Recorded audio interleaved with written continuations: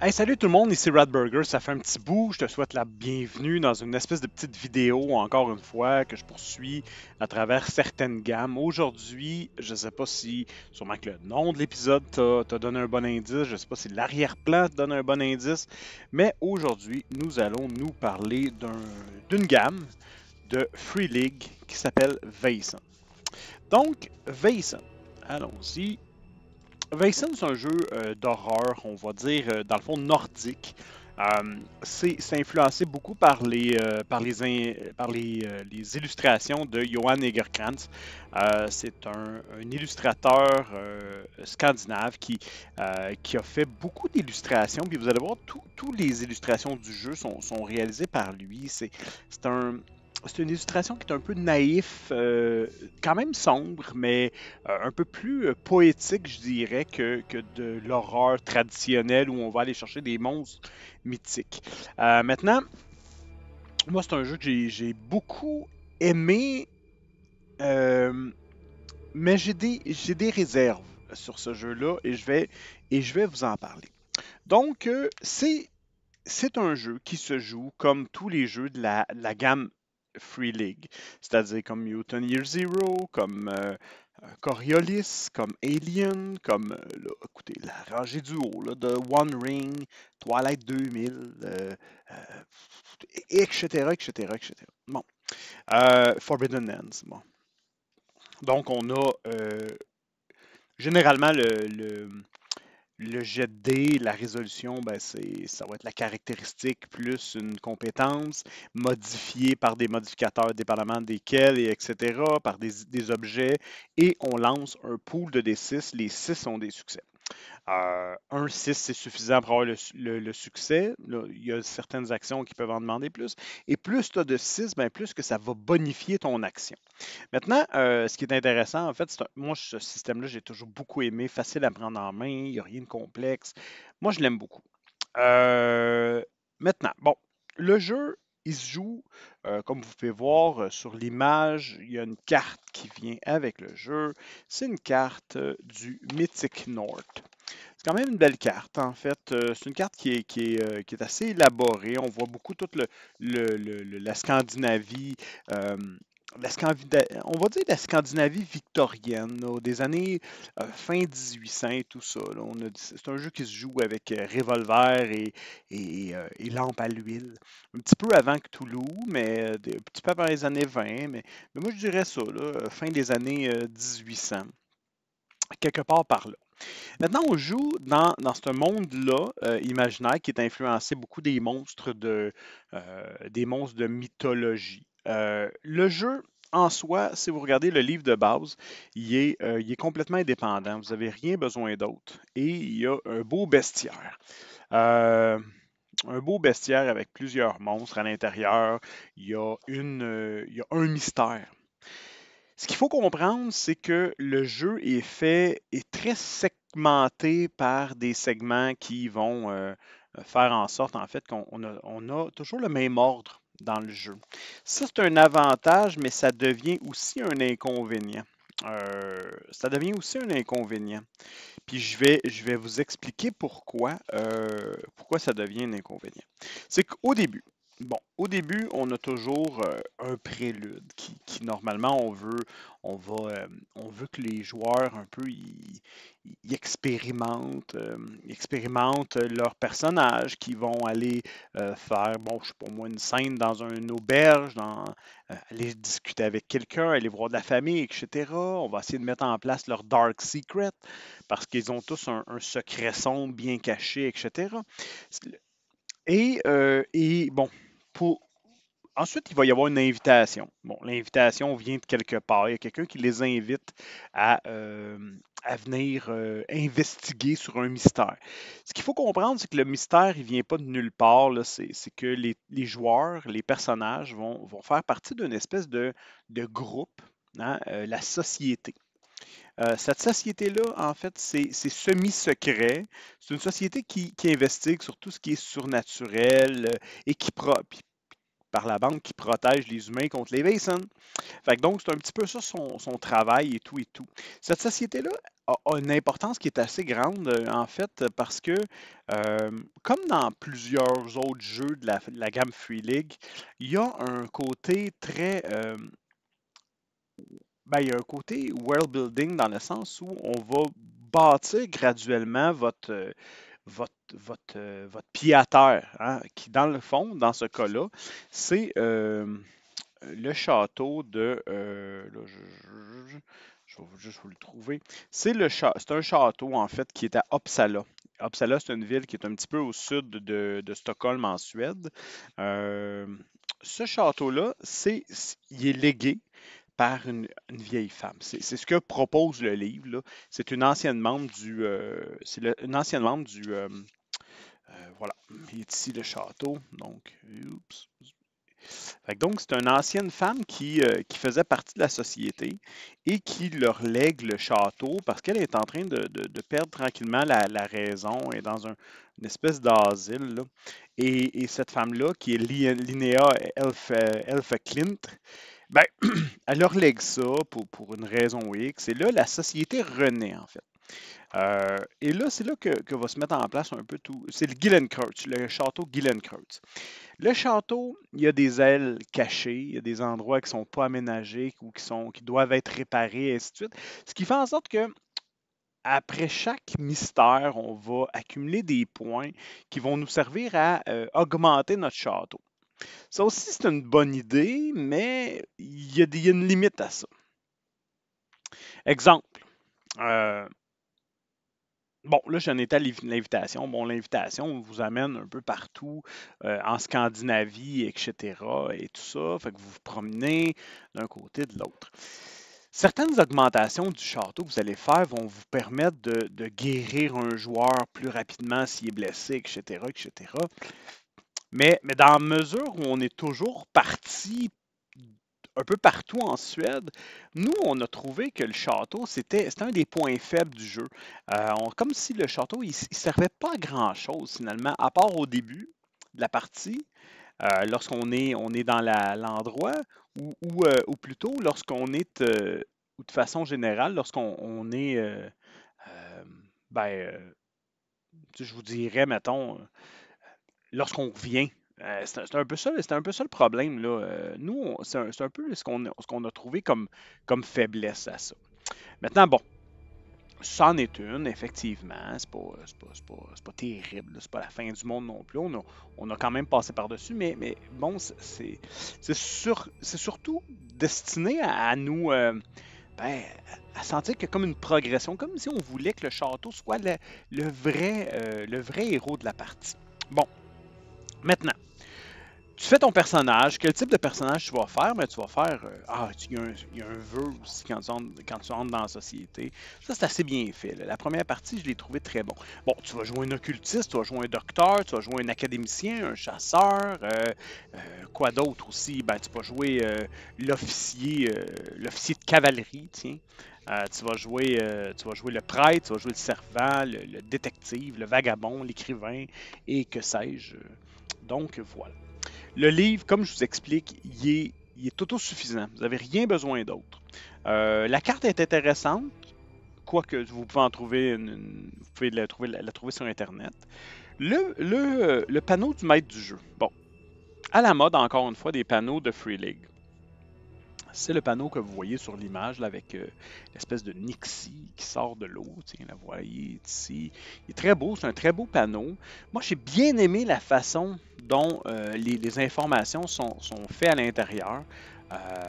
On a des beaux tableaux assez clairs. Moi, j'ai tendance à oublier que j'ai des informations dans mon panneau et aller fouiller dans le livre du maître, dans le livre du jeu plutôt. Mais dans celui-là, comme dans ceux de Free League, je me retrouve assez clairement et assez facilement. J'ai beaucoup aimé travailler avec lui.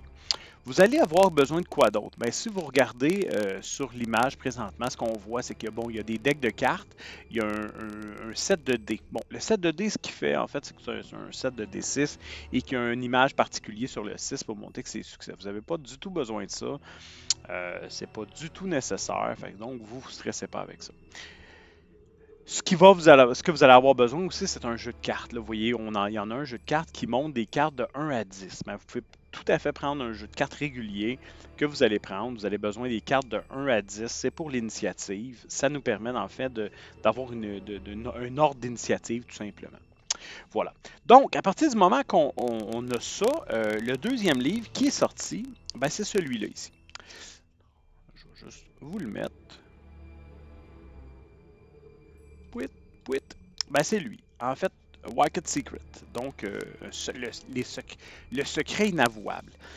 C'est un recueil de mystères. Comme je vous dis, les mystères sont tous faits de la même façon. Dans un premier temps, on a l'invitation qui nous dit, bon, voici, vous êtes invité par telle personne, on aimerait ça que vous veniez parce qu'il y a des choses étranges. J'ai entendu parler, vous êtes le cousin de la frère, du frère d'une personne que je connais, je sais que vous faites partie de la société, etc., etc., etc. Venez investiguer notre mystère, puis venez nous aider, on est mal pris dans cette situation-là. Là maintenant, ensuite de ça vient la phase de préparation. Donc là, les joueurs sont invités à faire une ou deux scènes pour se préparer. Parce que là, ils savent on s'en va en bordure de mer exactement, sur la mer Baltique. Tiens. Je veux savoir un peu l'histoire de cet endroit-là.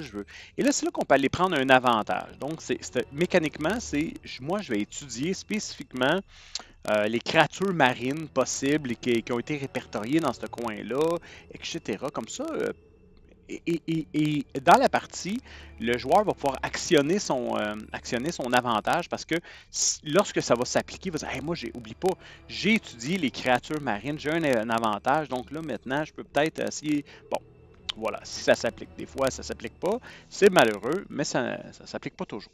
Donc, préparation, c'est un peu ça. On va regarder, on va répertorier.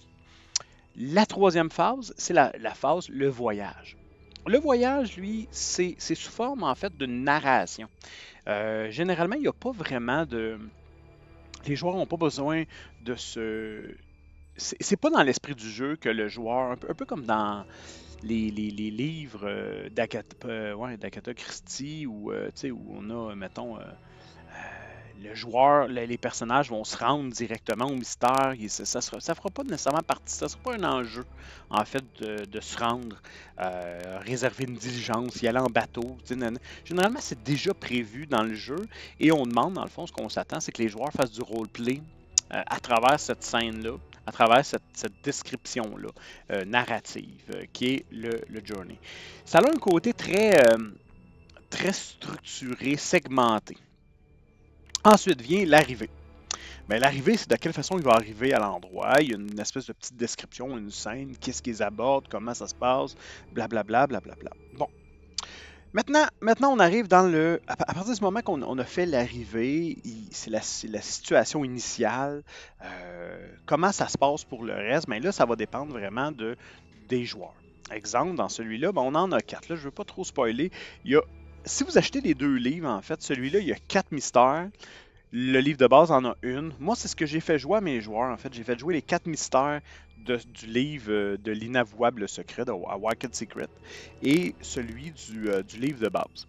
J'en ai des préférés, mais d'autres qui sont moins. Je vous dirais tout de suite que les prêtres, là, sont pas très. Les prêtres sont pas, c'est pas les personnages préférés dans ces mystères-là. Maintenant, et c'est là que ça explose, si on veut. Qu'est-ce qui va se passer? Dans quel ordre les joueurs vont s'adresser à telle personne, vont s'adresser à telle personne, vont aller voir, ils font leur investigation. Maintenant, à chaque fois qu'il y a des objets, pas des objets, mais des indices à trouver, généralement les indices sont pas tous obligatoires. C'est pas parce que tu as manqué un indice que tu as terminé, mais c'est pas. C'est comme un jeu, c'est comme un jeu d'enquête, là. En fait, c'est beaucoup un jeu de piste qui va te mener à un deuxième point, qui va te mener à un deuxième point. Puis finalement, tu finis par comprendre un peu le tableau en général de qu'est-ce qui était le mystère. Maintenant, il y a quelque chose qui est intéressant dans tout ça. C'est que il y a, euh, il y a toujours ce qu'on appelle le compte à rebours et la catastrophe. Donc, le compte à rebours, c'est c'est que là, on a un monstre, une créature, on a quelque chose dans ce mystère-là qui va réagir, elle. Bon. Lorsqu'on on atteint des jalons dans l'enquête, ben lui, il va réagir selon ce qu'il voit. T'sais. Exemple, dans un ici, on voit que si le prêtre est confronté à propos de ça, ben voici vers quoi il risque d'aller, etc., etc. Fait que donc, c'est un petit peu la façon que ça se passe.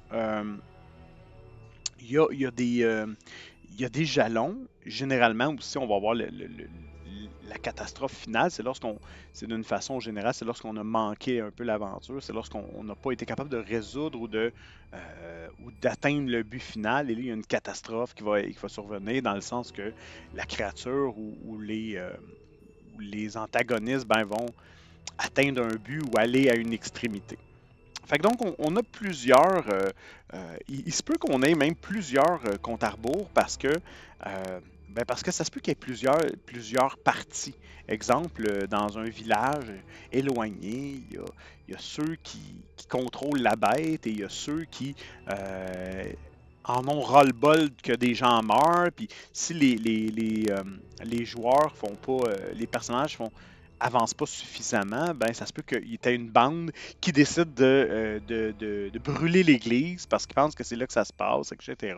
Là, je vous donne des exemples comme ça, mais même si c'est pas nécessairement le monstre en soi ou le Vaesen en soi, ben voilà, c'est un petit peu ça. Maintenant, c'est assez. C'est assez simple. Il y a quelque chose d'assez linéaire dans les aventures qui sont déjà faites. Là. C'est pas. Écoutez, généralement, une aventure va prendre. Moi, avec le groupe que j'avais, ça prenait. C'était des gens qui aimaient. C'était un groupe qui était très roleplay, prenait beaucoup de temps pour faire du roleplay. Généralement, ça prenait entre 2 et 3 soirées. Puis des soirées, on s'entend, on jouait de 7h30 à 10h aux alentours. Fait que c'est pas quelque chose qui est extrêmement long. On passe rapidement au travers des aventures. Il y a beaucoup de background, c'est intéressant. Euh, voilà. Fait que donc c'est un petit peu ça au niveau de ce livre-là. Moi, j'ai beaucoup aimé les dessins. J'ai tout utilisé les images pour illustrer les personnages. Je ne sais pas si vous avez écouté les vidéos précédentes, mais vous allez voir que moi, je joue beaucoup avec Roll20, même à table. Lorsque j'ai une table physique, fait que j'envoyais les images, je shootais des images et tout ça. Fait que ça, c'est bien. Celui-là, c'est vraiment un recueil. Puis ça nous donne vraiment le ton à savoir quel genre d'aventure on veut avoir euh, c'est un peu comment monter une aventure. Voici des exemples très, très concrets et de base. Ils sont le fun à jouer. Je pense qu'il y en a une que j'ai moins aimée, mais tous les autres étaient divertissantes. Hein.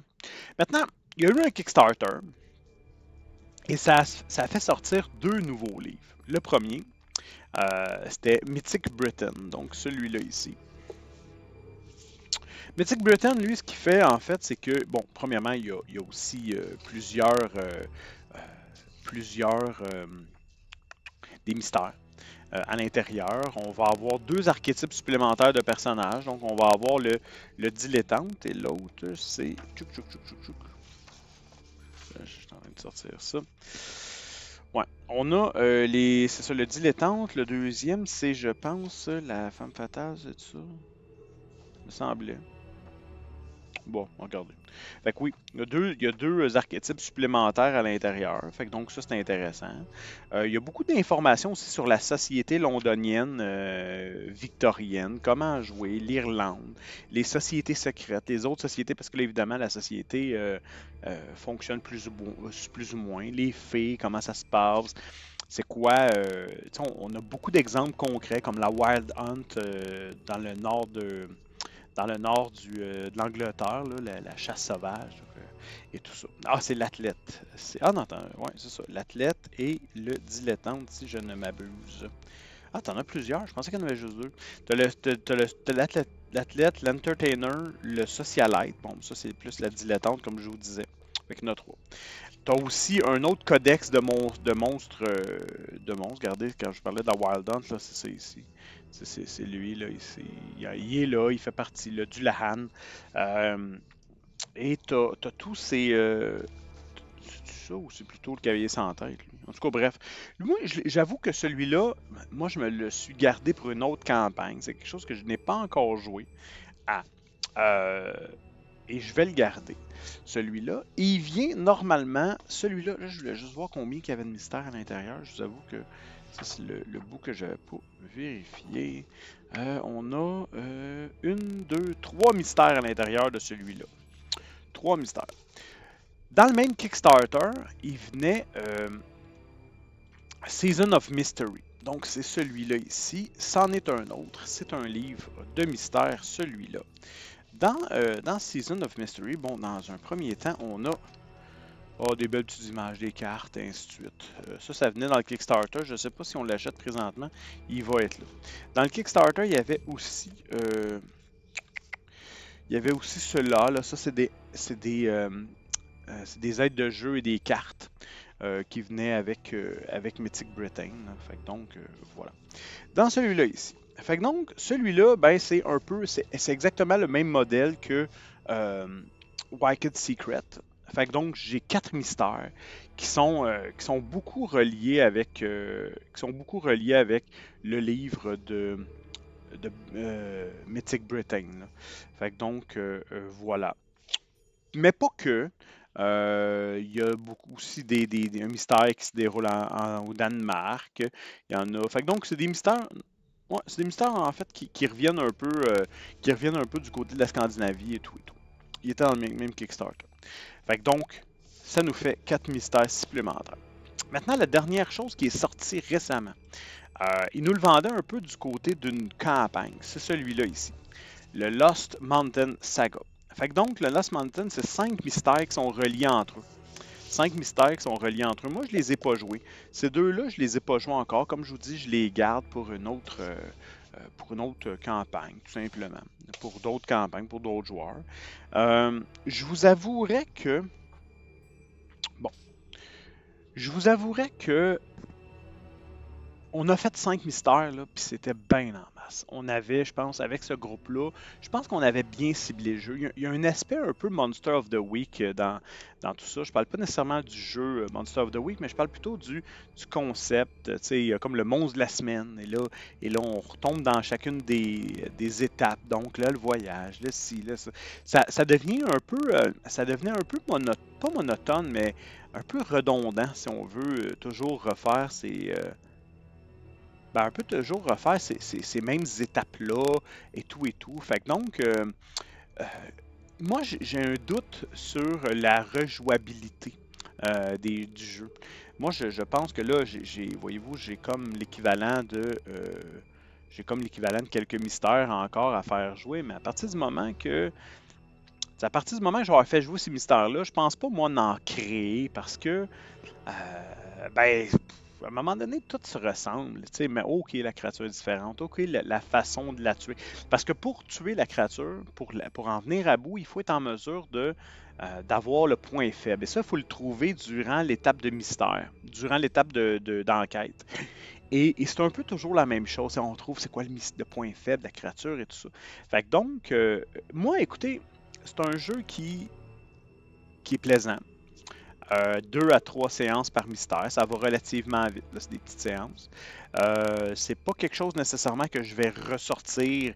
Je vais peut-être recommencer une campagne de ça dans 2 ou 3 ans avec une table différente. Mais c'est pas quelque chose qui me... Ça me brûle pas de l'intérieur de jouer une campagne de 30-40 parties. Ouais, on dirait que c'était le visuel est intéressant, il était différent, il m'emmenait ailleurs. Je trouvais ça bien intéressant. Il y a une petite musique aussi qui vient avec. Il y avait une soundtrack qui est disponible et tout ça. Mais, euh, mais un coup qu'on a compris l'essence du jeu, je trouve que, ben, tu sais, je sais pas, je pense que on vient, on arrive, on fait le tour rapidement du jeu. Et c'est ma grande déception par rapport à ce jeu-là. La deuxième grande déception, ben, c'est le château qui est plus ou moins, plus ou moins accessible, compte tenu du fait, comme je vous disais, qu'on est toujours à l'extérieur. Puis, tu sais, bon, on ne peut pas non plus tout faire à Uppsala. C'est pas ça qui est intéressant non plus. Beaucoup de potentiel, un jeu très plaisant, une belle, lorsqu'on est capable de mettre l'ambiance, un jeu d'ambiance qui peut être vraiment le fun, mais, quelques bémols, comme je viens de vous dire. Écoutez, ça m'a fait plaisir, j'espère que vous avez apprécié, j'espère que vous allez, que ça vous a servi pour connaître un peu plus Vason. Moi, je vous souhaite une bonne journée, puis on se reparle bientôt. Bye bye.